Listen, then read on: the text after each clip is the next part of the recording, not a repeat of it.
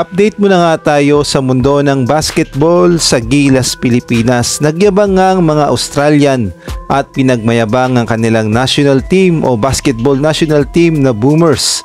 At hindi daw mananalo ang Gilas, Pilipinas sa kanila at ang katapat lang daw ng Gilas ang kanilang women's basketball. Ngunit bago yan, pakipindot naman ang like, subscribe at ang notification bell para updated ka sa lahat ng aking ina-upload. At kung gusto mong magpa-member sa aking channel ay pindutin mo lamang ang join at automatic ka na sa mga shoutout.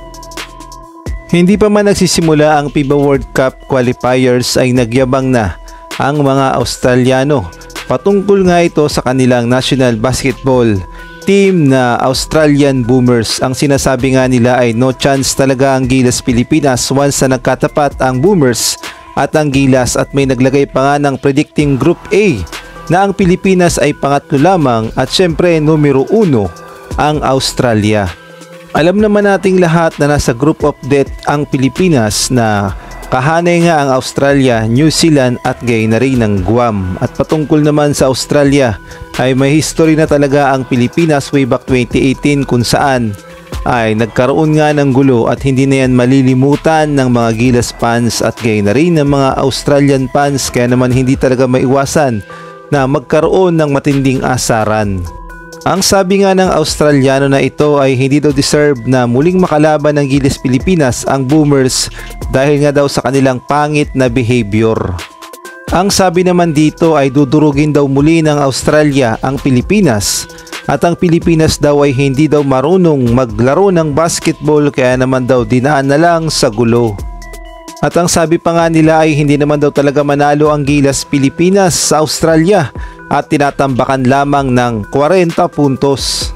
At ang sabi pa nga ng mga Australiano, another training session na naman daw para sa Australia kapag nakaharap ang Gilas, at hindi daw magkatunggali ang Gilas at ang Australia dahil hindi naman daw nananalo ang Gilas sa Australia.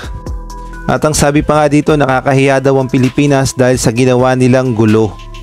At meron pa nga nagsabi na kahit daw Australian women lang daw ang itapat sa Gilas, Pilipinas ay matatalo.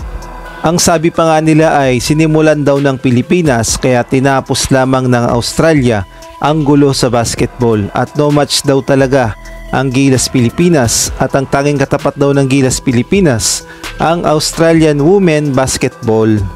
At lalo pa ngang nagyabang itong Australia nang malaman nila na hindi pa makakapaglaro itong si Kai Sotto sa first window ng FIBA World Cup qualifiers, kaya naman mahihirapan daw talaga ang Gilas, Pilipinas at matatalo lamang dahil hindi daw makakapaglaro itong si Kai Sotto na tanging 7-3 sa Gilas, Pilipinas. At kung kayo naman ang tatanungin, sa tingin nyo may chance kayang makaisa ang Gilas, Pilipinas sa lakas ng Australia Boomers? Maaari kayo magbigay ng komento sa comment section.